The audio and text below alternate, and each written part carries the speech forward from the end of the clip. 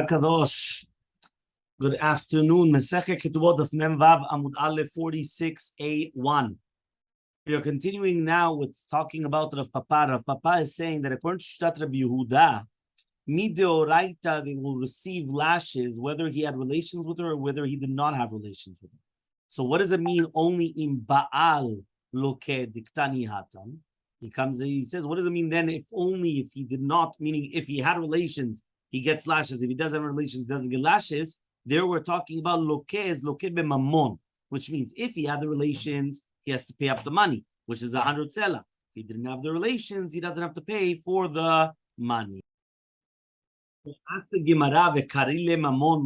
don't understand you. You're talking about malkot, and then you tell me what is the loke b'mamon. Loke, lashes, is with money. What's the connection between lashes and money? So it says, yes. Tanya, we did learn in a braita. Person comes and he says, half of my value is on me, that he's giving it to the Bet HaMikdash, so it's going to go half the value. He gets lashes, and he gets to pay the full value. So loke amai, why does he get lashes? Papa says, no. Loke be'erech shalem. His lashes is that he has to pay the full value and not half of the value. Okay, that's what it means. That's what it's calling. So you see that it's calling malkot, paying money. Okay? So my time out, what's the reasoning? Why does he have to give the full value?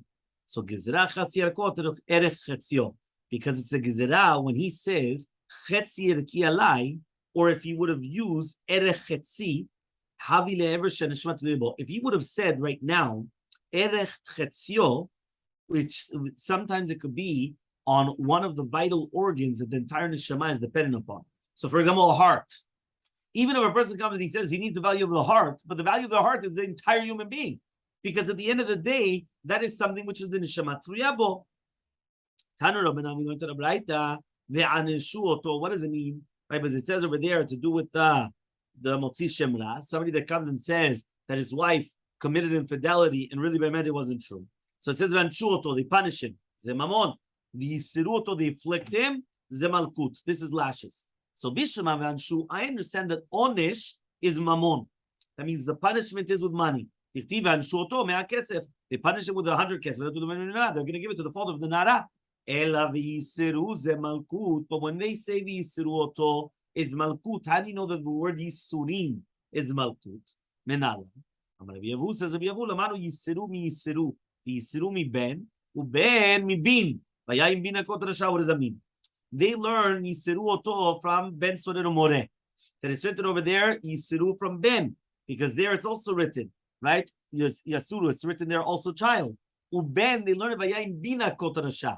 Just like vayayim bin akot rasha there, we were talking about lashes. So to the ben sorer more. And there it's also written yisiru. Right, the suru. So therefore he says, so they learn Yisru from Yisru, Yisru from Ben from Bin, talking about lashes.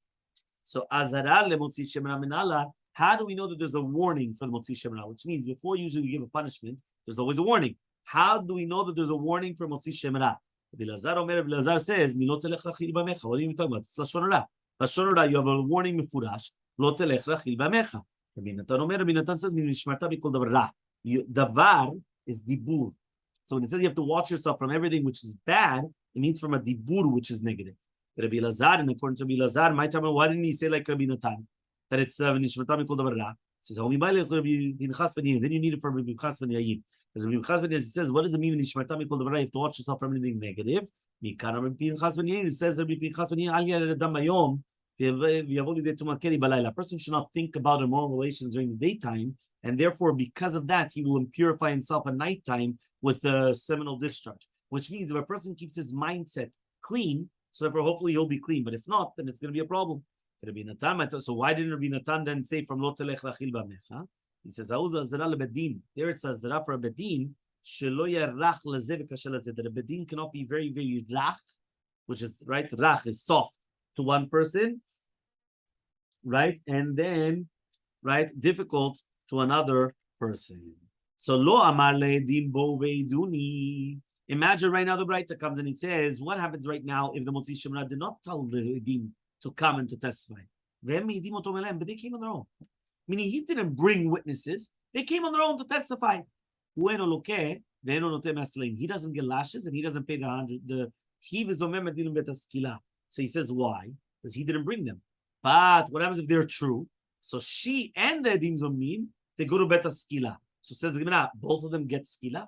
It's either that she committed infidelity, therefore she gets Skila and the witness is not, or the witness is not her, but not both of them. He was a mess al kadaita. Ella, you're right. Or he owes them Skila, or her, or the Zomimim. Says the Gemara, only because he didn't tell them. Hamalu, but if he told the witnesses come, even though he didn't pay them, right, he would still have to get the punishments. The Apukim, the Yehuda, is excluded of Yehuda, the time is learned in the right of Yehuda Omer, Eno Chayavat Sheyiskor Edim. According to Shat of Yehuda, it's only when you pay the witnesses that you get the punishment of how do you call this? Of Motzi Shemra. My Tamad Rabbi Yehuda, what's the reasoning of Yehuda? Amar Rabbi Yavu says Rabbi Yavu, Atya Sima Sima. It's a Gzera Shava from Sima Sima B'Fiem. Why? K'tiva Achat, certain, V'samla Alilot Devarim, that he placed on her negative things. Uchtivatam, and it's written by Ribit, Lo Tesimun Alav Neshech. Just like over there has to be money involved in interest. So to here, we're talking about that he paid them in order to come and to testify falsely. Also,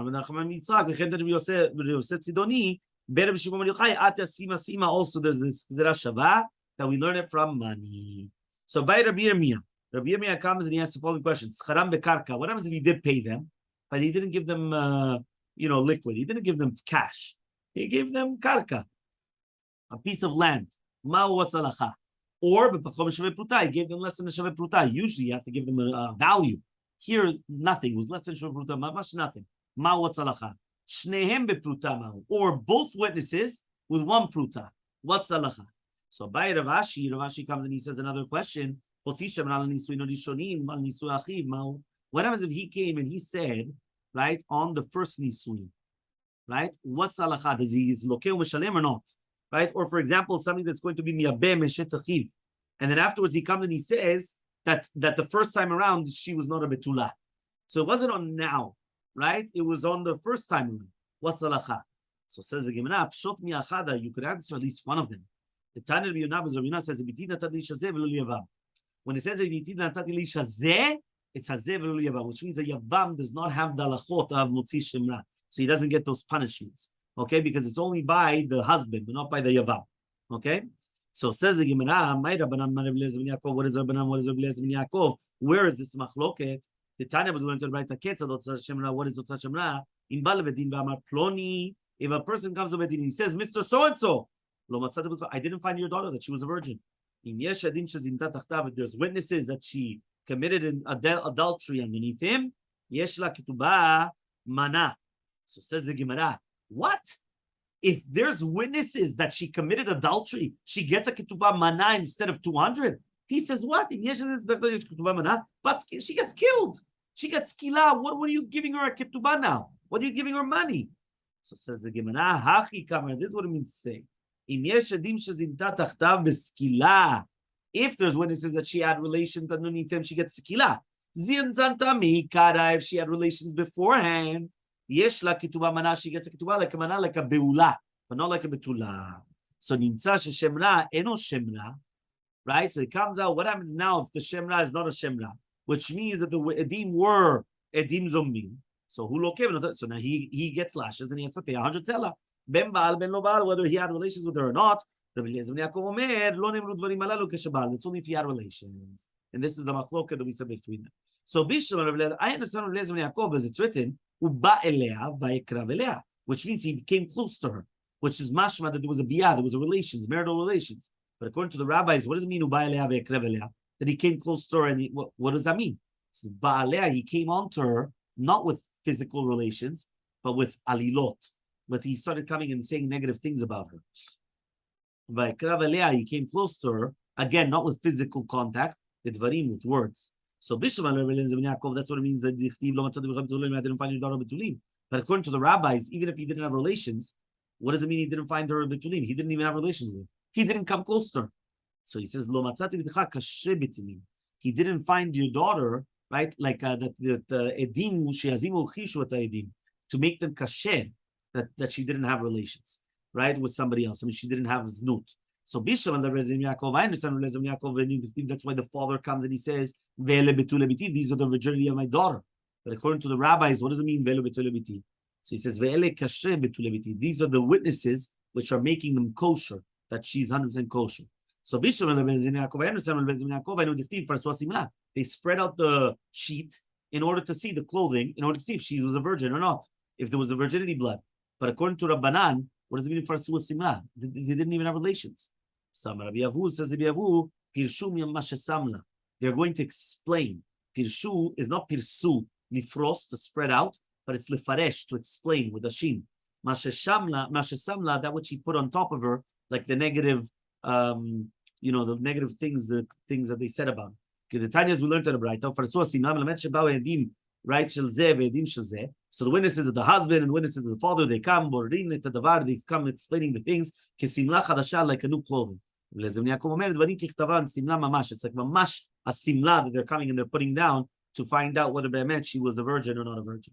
So shalach Rabbi Yitzchak bar Rabbi Yaakov bar Giyora mishmed Rabbi Yochanan. So send Rabbi Yitzchak bar Rabbi Yaakov bar Giyora name Rabbi Yochanan. אף על גב שלא מצינו בכל התורה כולה, שחילק הכתובים ביאה כדרכה כדרכה למכות ונשין, even though we did not find in the entire Torah that there was going to be a difference between biah kedarka v'shelo biah kedarka, which means relations with its normal relations or anal relations, meaning through the back, to do with lashes or punishment, which means somebody that comes and he has relations with a woman who's prohibited to him, he still will get the exact same death penalty or lashes or anything, whether it's normal relations, right, through the front or through the back. It's all the same, right? Because it says mishkeve isha, both shchivot, both ways of lying down with the woman. But to do the motzi shemra, chilek, there is a difference. He's not going to be chayav unless he has relations through the back, and he's going to be motzi shemra that she had relations through the front, right? And therefore he comes and he says, but if he actually says that she was zinta shelo kedarka, he doesn't get the lashes and he doesn't have to pay. Keman, who does it go like? If it goes like the rabbis, I thought the rabbis say even though you didn't have relations at all. And if it goes like Elmaleh ben Yaakov, right, Memavu bet 46b, you need everything like the normal relations, not through the back. So he says,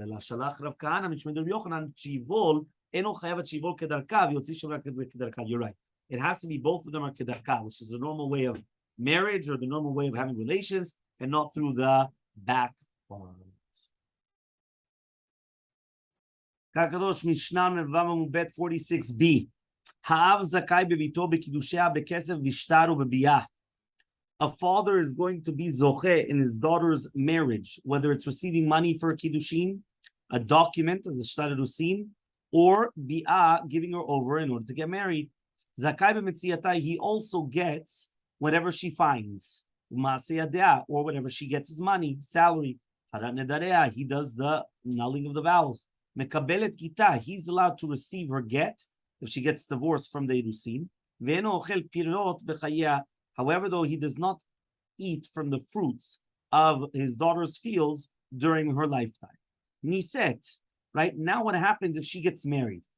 Yatar elav ba'al, now the husband has more that he's able to eat the fruits from his wife's properties b'chayea during her lifetime.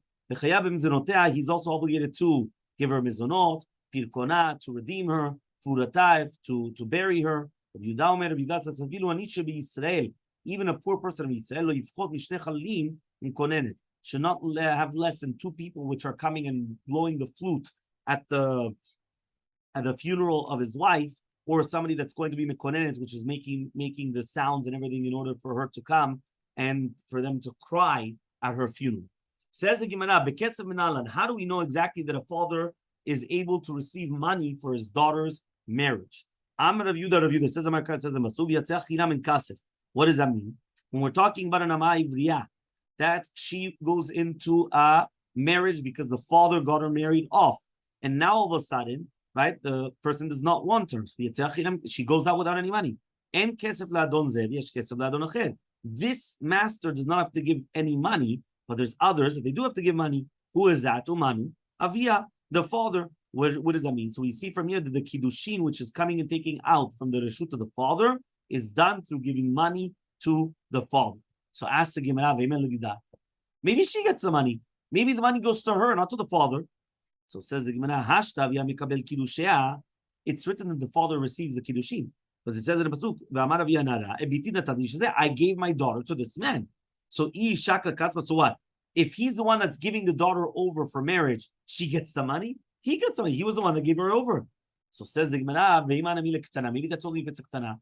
Meaning a ktana, the father could give over, but not if it's afterwards. But she has no yad. But a girl that's already between 12 and 12 and a half, that she does have a yad, she's like a gdola. She could do it herself. She could marry herself off and she could take the money. So the pasuk says no.